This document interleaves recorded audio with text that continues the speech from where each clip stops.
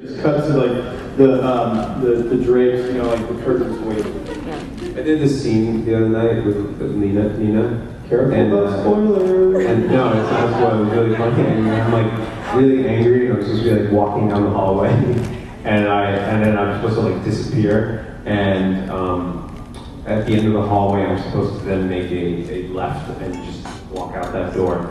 And in the shot, I like walked away, and instead I made a right, and then I realized it while I was still rolling, so then like 3 seconds later, you just step and walk to the left. It was just like, definitely got confused. They were like, what? Cut! We can't use that, you idiot. That's gonna come with a blooper reel. Yeah. Thank you for the question, sweetie. Hi, my question's for Ian. Where'd you go? Oh, howdy, dude. Which environmental issues concerns you the most and why? If you had to Holy pick cow, there's a lot of them. I hear some whispering coming from there. I mean, we have a great number of them, but I mean, this whole climate change thing is really our biggest issue. It's going to change the food that we can grow. It's going to change our oceans. It's going to change everything. So I think that's got to be our priority, and that comes with species conservation, habitat conservation. We've got to stop cutting our rainforests and regrow them. We just have to start farming sustainably, and we have to figure out how to sequester all this carbon and stop using so much. So, you know, I mean, it's a huge pocket, but climate change is going to ultimately change everything. Everything we do, we need to figure out how to slow it down. Whether it was going to happen or not, we've accelerated it 10,000 times. So that's the main thing. I mean, when you think about like the Maldives are going to be underwater in 75 years, that's crazy. The United States of America will lose 22,000 miles of coastland. Can you believe that? That's insane, man. So that's what we got to do. That's our big goal. You know? Because I always think to myself, Paul and I, you know, I'm obsessed with guys like Cary Grant and Paul Newman and Steve McQueen and all those guys. Obsessed with guys? You know it, brother. But, you know, she's like, snap.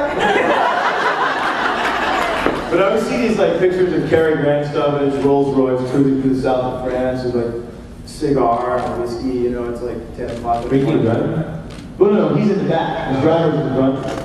And you just look at those guys and think, man, those guys had it so easy. Yes, World War II was awful, but they fixed that and they figured out a lot of stuff in the world. Now what we're facing, especially what these guys are facing, is that not only are we at war with each other, but our actual environment is crumbling around us. Whereas back then, they had the fruits, the bounty, the frutti di mare, like they had the bounty of the earth. But we've used it all. And so now, you know, it's just, there was a certain ease that came before all this. I mean, obviously we have to be happy and we have to enjoy our lives, but now there's this like underlying current of, oh shit. And there's an underlying current of like, if we don't do something fast, then it could be bad. Then it could be bad. Whereas these guys are like, man, I'm just gonna sit here in my Rolls Royce that gets 8 miles a gallon. I don't know, there were some issues though in those days as well. Yeah, but they weren't, you know, all this scientific data saying that we're really screwed and we need to change the way we're living. You know what I mean? Now we do. So it's gonna happen. We're all good. We just gotta kick some major ass. But I just look at those guys and I envy them for not having that super kind of heavy thing on top of their head. Another question from to your right. Howdy. Howdy. Howdy. I'm really glad to have y'all both together. My first time, so I'm a little nervous here. First time having two of them? Well, you heard both of us earlier. Heard that a couple times. Yeah, you heard both of us earlier. Don't lie to all these people. Question for you. We gonna get to see Dan and Jack? In season 3 you will. And that's the question. That's season 3 you will. I mean, season 4 you will. She wants to see the David Dale. Oh, well, no. Come on. I love it, and it was, we put that, I don't know where we were. We were in you're an ass. You know, it's been an amazing ride doing that dance, and I did it on screen, and I've done it a million times on the stage. Hey, I love it, but I put that to bed, and everybody respects that, and it's awesome. But you're the best. You're the best. I know, I get it, but it's sweet. What else are you doing? She said, "What else are you gonna do for me?"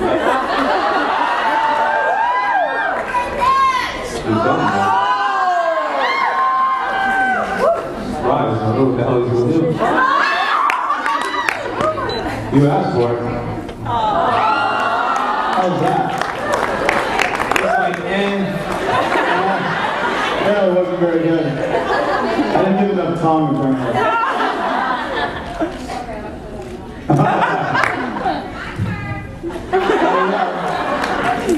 That's the kissing booth. Yeah, right? That's not the kissing booth, Paul. Great man, buddy. Oh, yeah, you're right. So you. Oh, yeah, here. I can't do the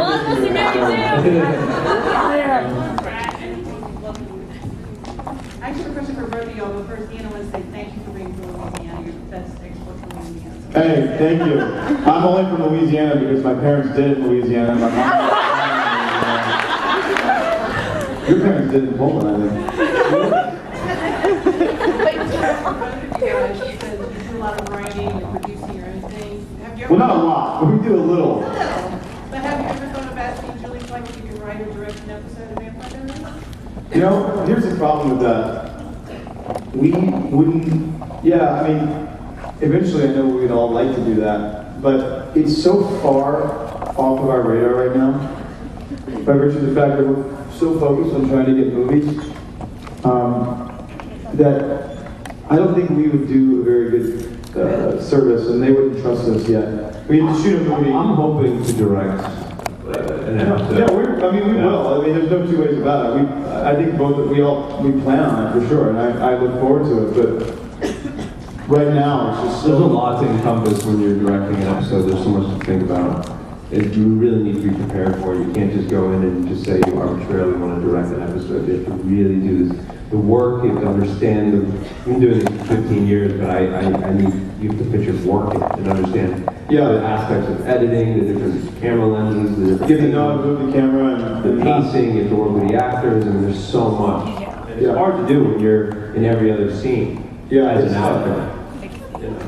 Think about with you know, you look at directors. Mel Gibson, Braveheart. I was just about to say Mel Gibson's Braveheart. Imagine that. I mean, and Clint Eastwood also directed Unforgiven, which is probably the best Western ever made.